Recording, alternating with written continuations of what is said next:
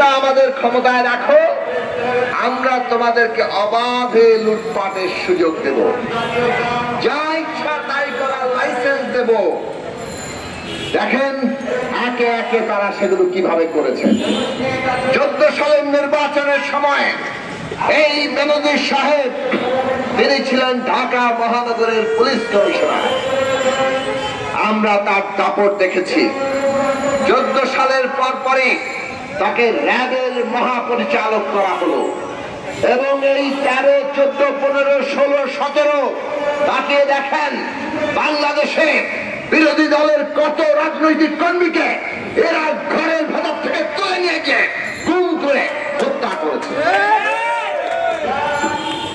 সারা দেশে ভয়ের ত্রাসের রাজত্ব কায়েম করেছে।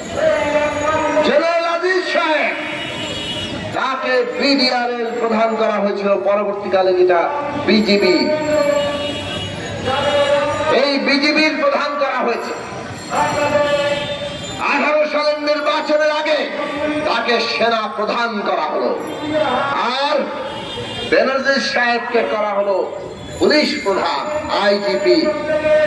এবং এনারা দুইজনে মিলে 18 সালের নির্বাচনে আওয়ামী লীগের শোনা যায় রাজনৈতিক মহলে যে আওয়ামী লীগ ভেবেছিল নির্বাচনটা আরো কিছু বিরোধী দলকে সিট দিয়ে কিছু আসনে একটু ফেয়ার নির্বাচন করিয়ে নির্বাচনটাকে আর একটু গ্রহণযোগ্য দেখাবে।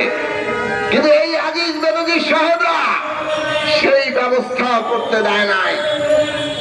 তারা সেনাবাহিনী, পুলিশ বাহিনী, দেশের রাষ্ট্রীয় প্রতিষ্ঠান তাদেরকে ব্যবহার করেছে অথবা তাদেরকে ঠিক মতো কাজ করতে দেয় নাই, যার মধ্য দিয়ে আমরা দেখলাম 18 সালে 30 ডিসেম্বর যে নির্বাচন হওয়ার কথা, সেটা 29 তারিখ রাতেই হয়ে গেল।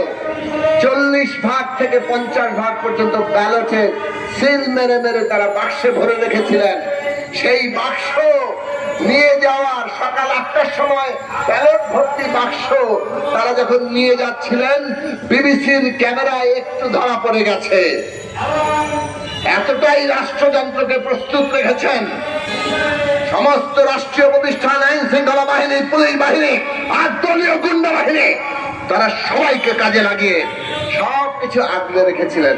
তারপরেও কিছু কিছু বেরিয়ে গেছে। নির্বাচনের কেন্দ্রগুলোতে মিডিয়ার লোকেরা যেতে পারবে কি পারবে না, আগে ভাগে তারা আইন ঠিক করে রেখেছিল। এইভাবে দিনের বেলাও যখন 1 ঘন্টার মতো ছেড়েছিল,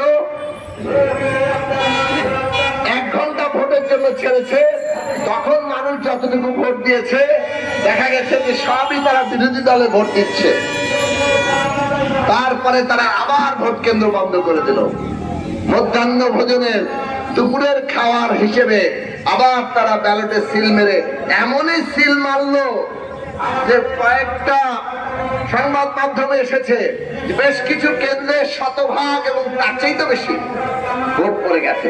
মানে ব্যালট পেপার যতগুলো আসছে সব সিল মেরে ঢুকিয়ে দিয়েছে। ওই কেন্দ্রে ভোট সংখ্যা কত সেইটারও হিসেব রাখতে যায় নাই তারা। এইভাবে তারা নির্বাচন করেছে। ত্রাসের রাজত্ব কায়েমের জন্য বিরোধী দলীয় প্রার্থীদের উপর হামলা, তাদেরকে মামলা, তাদেরকে গ্রেফতার করে জেলে পোড়া, এই ছিল তাদের নির্বাচনী আয়োজন। এর মধ্যে যতটা দেখাবেন ভেবেছিলেন পারেন নাই।